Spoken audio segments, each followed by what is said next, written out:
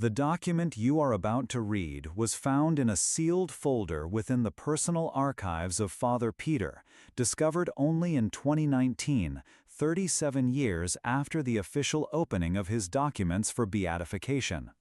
The account, handwritten in archaic Latin and subsequently translated by a select group of Vatican paleographers, remained hidden until an anonymous employee of the Apostolic Library decided to leak its contents through encrypted deep web forums.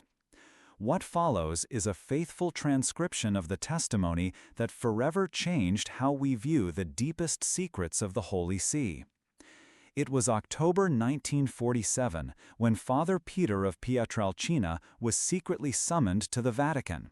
Not through official church channels, but by means of a sealed letter bearing a seal he had never seen before, an eye surrounded by 13 stars imprinted on blood-red wax. The correspondence reached him through a young seminarian who mysteriously disappeared 3 days later, leaving only his neatly folded clothes on his bed, as if he had simply evaporated. The stigmatized saint recounted in his secret diary that the trip to Rome was unlike any other. There was no official entourage, no announcements. Only a black car waiting for him on the back road near the monastery of San Giovanni Rotondo, driven by a man with vacant eyes who didn't utter a single word during the entire journey. The silence was so oppressive that Father Peter began to wonder if he was being taken to his own judgment. Upon arriving at the Vatican, he was led not through the main corridors, but through a network of underground tunnels he didn't know existed. The air down there was thick, carrying a metallic scent reminiscent of oxidized iron mixed with ancient incense. The walls were adorned with symbols that seemed pre-Christian, intertwined serpents, eyes within triangles, and inscriptions in alphabets he couldn't decipher, despite his vast erudition in ancient languages. The silent guide led him through increasingly narrow corridors, illuminated only by torches burning with an oddly bluish flame. Father Peter noticed that his own stigmata began to throb and bleed more intensely as they delved deeper into the subterranean labyrinth. It was as if his body was reacting to a presence his mind couldn't yet fully comprehend. Finally, they reached a massive door made of dark, almost black wood, with bronze hinges that seemed to have been forged centuries before the birth of Christ. Above the entrance, engraved in stone, were Latin words that chilled the priest to the bone. Hic locus est ubi veritas occultatur. This is the place where truth is hidden. The guide gestured for him to enter alone, and when Father Peter turned to ask a question, the man had already vanished into the dark corridors. The door creaked open with a dull groan that echoed through the depths, revealing a circular chamber that defied any description Vatican architecture could suggest. The walls were covered in blood-red fabric that seemed to pulsate as if it were living skin. The ceiling was a dome adorned with a constellation of golden symbols that moved slowly, creating hypnotic patterns that hurt the eyes when looked at directly. In the center of the room, there was a black marble table upon which were arranged objects that Father Peter initially couldn't identify. Ancient scrolls, a chalice made of a material that seemed to absorb light, and a metal box that emitted a low, almost inaudible hum, yet vibrated through the bones of anyone who approached. Around the table were 13 high-backed chairs, all empty except one. Sitting in the chair facing the entrance was a man whom Father Peter immediately recognized, but whose identity he would never fully reveal in his writings, referring to him only as the Elder. Dressed in cardinal's robes, but wearing symbols that belonged to no known order of the Church, the man seemed to be of an indefinable age. His face was simultaneously young and ancient, as if time had stopped around him, or as if he existed outside its natural laws. "Father Francis," said the elder, using the baptismal name few knew, "you have been called here because your stigmata are more than a sign of devotion. They are a mark, a form of communication with dimensions the official church prefers to ignore. His voice echoed strangely in the chamber, as if coming from multiple directions simultaneously. The stigmatized saint recounted that at that moment his wounds began to burn with an intensity he had never experienced. It wasn't pain, it was something deeper, as if each drop of blood that welled up carried information, memories that weren't his own. Images began to form in his mind, rituals performed in that same room over centuries, popes who never appeared in official history books, documents that completely rewrote the chronology of Christianity. The elder rose and walked to the wall, where he touched a specific sequence of symbols embroidered on the red fabric. Immediately, a section of the wall retracted, revealing a hidden library filled with volumes that seemed to absorb the ambient light. "These are the true Gospels," he said, "the texts that were deliberately excluded from the canon not because of heresy, but because they reveal truths that humanity is not yet ready to know." Father Peter approached the shelves with a mixture of fascination and terror. The books were not just old, they seemed alive, their leather covers pulsating gently as if breathing. Some titles were legible: The Testament of Judas Iscariot, The Sealed Prophecies of John the Evangelist, The Genetic Code of Christ. Others were written in symbols that seemed to move and rearrange themselves when looked at directly. "Why am I here?" asked the priest, his voice barely a whisper. "Why are you showing me this?" The elder smiled, but there was something unsettling about it, as if he knew something Father Peter didn't yet comprehend. "Because you are one of the few who can bear the truth. Your stigmata aren't just a manifestation of faith. They're a biological antenna, a form of communication with intelligences that exist beyond the veil separating our reality from other dimensions." At that moment, the priest realized he wasn't alone in the room. Hooded figures began to emerge from the shadows, moving with a fluidity that defied the laws of physics. There were 13, occupying the empty chairs around the central table. Their faces remained hidden, but Father Peter could feel the weight of their gazes, as if he were being analyzed by minds operating on frequencies completely different from normal human consciousness. The ritual that followed was described by the priest in fragmented terms, as if his mind had difficulty processing what he had witnessed. The metal box was opened, revealing an object he described only as impossible geometry, something that seemed to exist in more dimensions than human eyes could perceive. When the elder touched the object, the entire room began to vibrate, and unknown symbols began to appear floating in the air. It was then that Father Peter understood the true nature of what was happening. The Catholic Church, according to the elder, was only the visible face of something far older and more complex. There was a hidden hierarchy operating in the shadows, maintaining contact with entities that existed before the earth was even formed. Christianity, as it was publicly known, was an edited and simplified version of a far broader and more terrifying cosmic truth. "The scriptures speak of angels and demons," said the elder, "but these are just limited translations of concepts our language can't adequately express. What you call divine is in fact a form of technology so advanced it becomes indistinguishable from magic. And we, in this room, are the guardians of that technology." The hooded figures began to chant something that wasn't exactly a chant. It was more like a modulation of frequencies that seemed to resonate directly with the molecular structure of the air. Father Peter reported that his stigmata began to bleed profusely, but the blood didn't fall to the ground. Instead, red droplets floated in the air, forming complex geometric patterns that pulsed with their own light. It was at this moment that the elder revealed the most shocking truth of all. Father Peter's stigmata weren't a sign of sanctity, but identification marks. He had been selected from birth to serve as a biological translator, a bridge between limited human consciousness and intelligences operating on incomprehensible temporal and dimensional scales. "You thought you were serving God," said the elder, "but you were, in fact, serving as a receiver for messages arriving from civilizations that exist parallel to our reality. Your visions, your mystical experiences, your miraculous healings, these are all side effects of your function as an intermediary between worlds."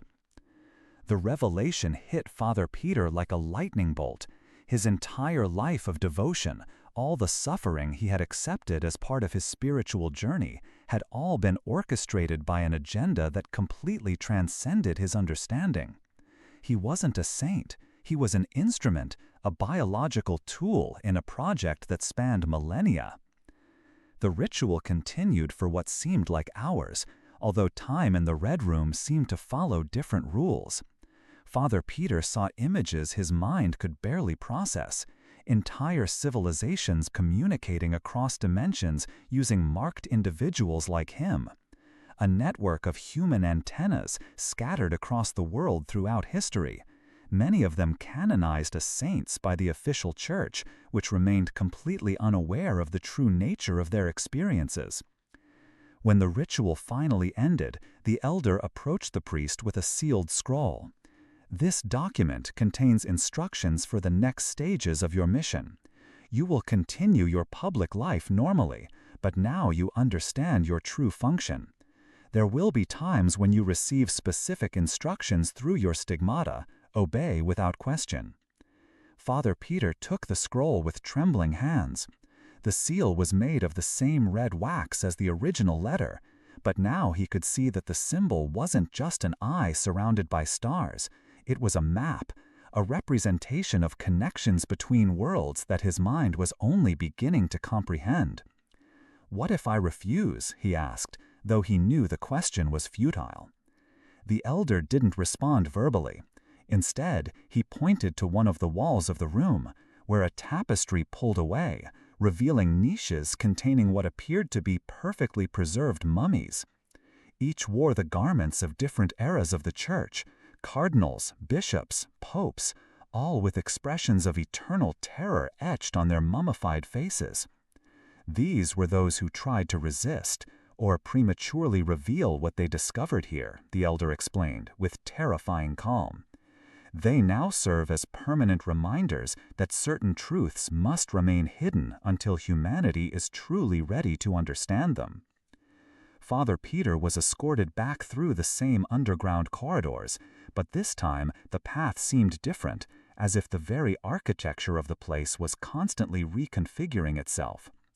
When he finally emerged to the surface, it was already dawn, but he wasn't sure if a night or several days had passed.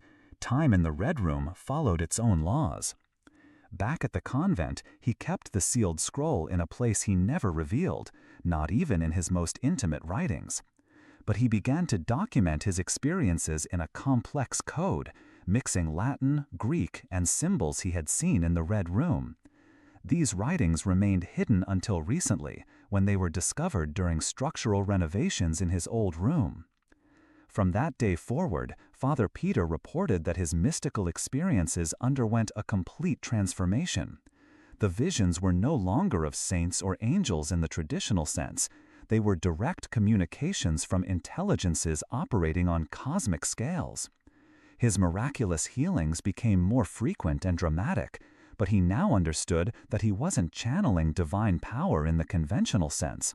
He was serving as an access point for technologies that completely transcend current human understanding. Over the following years, he received regular visits from other members of the hidden hierarchy. Never in the Red Room again, that was reserved for special initiations, but in discreet meetings that occurred during his official travels.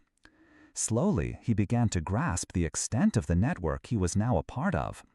There were hundreds of individuals like him scattered across the globe, each serving as a node in an interdimensional communication network.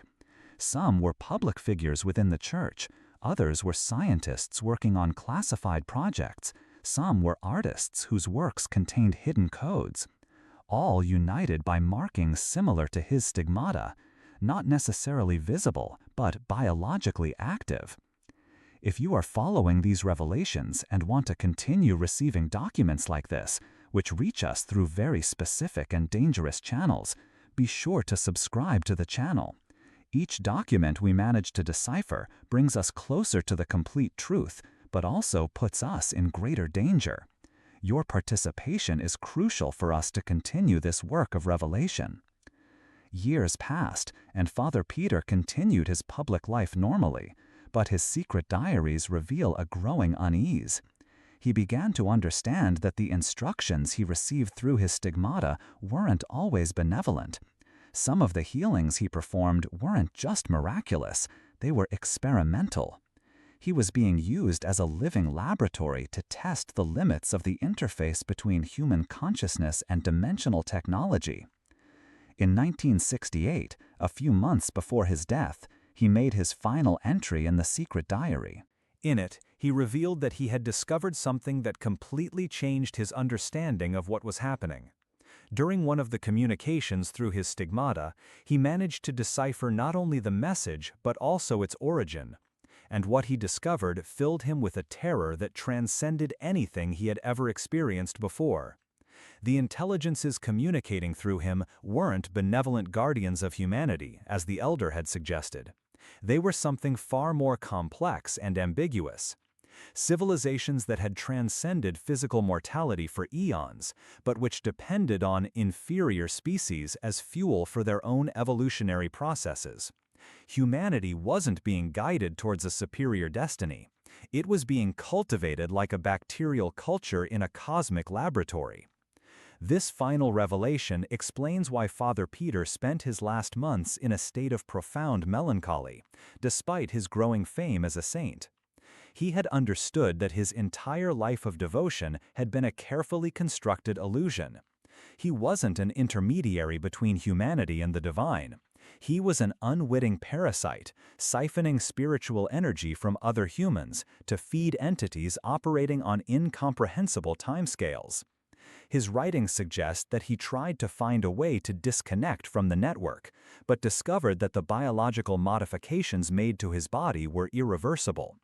The stigmata weren't just physical marks, they were genetic alterations that kept him permanently connected to the interdimensional communication system. In his final weeks, he received a final visit from the elder.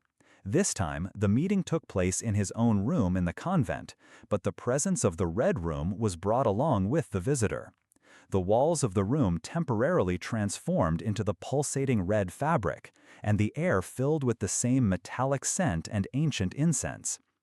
"You have understood too much," said the elder, without any emotion in his voice. "This is regrettable, but not unexpected. Individuals with your sensitivity eventually reach this conclusion. Now you have two options. Accept a broader role in the hierarchy, with full knowledge of the truth, or—" The elder didn't need to finish the sentence. Father Peter looked at his room's wall, where for a moment he could see the niches with the mummies of those who had chosen resistance. "There's a third option," said the priest, surprising the elder. "I can document everything I've learned and hide this information where it will eventually be found by people who can make better use of it than I can." The elder considered this for a long moment. "You understand that this will change nothing. The network will continue to operate. Humanity will remain what it always has been. Your testimony will be seen as the fantasies of a holy man near death." "Perhaps," replied Father Peter, "but at least there will be a record. Someone, someday, may connect the dots in a way that I couldn't." That is how these documents reached us. Father Peter spent his last weeks creating a complex archive of his experiences, using multiple layers of code and hiding different parts of the account in various locations. Only recently, with the aid of advanced computers and decoding algorithms, have we been able to assemble the pieces and understand the complete picture. But the story doesn't end with Father Peter's death in 1968. The documents include references to other nodes in the network that remained active after his death. Names and codes that point to contemporary figures who may be serving the same functions he served. Politicians, scientists, religious leaders of various denominations, all potentially connected to this hidden hierarchy that operates in the shadows of human civilization. Most disturbingly, the writings suggest that the network has become far more sophisticated since Father Peter's time. Modern technology, especially the internet and ubiquitous communication devices, may have been developed not just through human ingenuity, but as a way to expand and accelerate the data gathering system that these interdimensional intelligences utilize. Every click, every search, every digital interaction might be contributing to a database mapping not just our behaviors, but our own thought patterns and spiritual development. What began with individuals like Father Peter might have evolved into a form of mass surveillance encompassing the entire connected population of the planet. The latest documents from the archive include geographical coordinates and access codes that supposedly lead to other red rooms around the globe, not just in the Vatican, but in centers of power across major civilizations. Buddhist temples in Tibet, ancient mosques in the Middle East, Gothic cathedrals in Europe, modern government complexes in global capitals, all potentially connected by this subterranean network operating for millennia. The question that remains is, what do we do with this information? Father Peter chose to document and hide his discovery, hoping future generations could make better use of it. But he also understood that individuals who know too much about the network automatically become targets for silencing or co-option. Recent leaks of these documents have already resulted in the disappearance of at least 3 researchers who were working on decoding the archives. Their computers were found wiped clean, as if by experts, and there's no trace of where they might have gone. It's as if they simply ceased to exist. This brings us to the final question Father Peter left in his last writings. If this interdimensional network truly exists and has operated for millennia, and if it truly has the ability to monitor and control human development on global scales, then our own search for the truth may be part of a larger experiment. Perhaps our discovery of these documents isn't accidental. Perhaps it's exactly what these intelligences wanted to happen. Perhaps you, at this very moment, reading these words, are already being cataloged and analyzed as a potential new node in the network. Your reactions, your thoughts, your willingness to believe or reject this information, all of it might be being collected and processed by systems operating far beyond our current comprehension. The truth is, we don't know how deep this rabbit hole goes. We don't know if we're free to choose our own destiny, or if we're simply pieces in a cosmic game whose rules we'll never fully understand. All we know is that Father Peter tried to leave us a warning hidden in codes and symbols, hoping someone, someday, would be brave enough to decipher his message and wise enough to know what to do with it. And now that responsibility falls on you. Will you dismiss this as elaborate fiction? Will you dig deeper and perhaps become the next target for silencing? Or will you find a way to use this information to break the cycle of manipulation that may have defined all of human history? Father Peter died, taking with him secrets that could have changed the world. But he also left us enough clues that, if we are brave and intelligent enough, we can continue where he left off. The question is, are you prepared to discover that your entire life, your entire reality, might be very different from what you've always believed?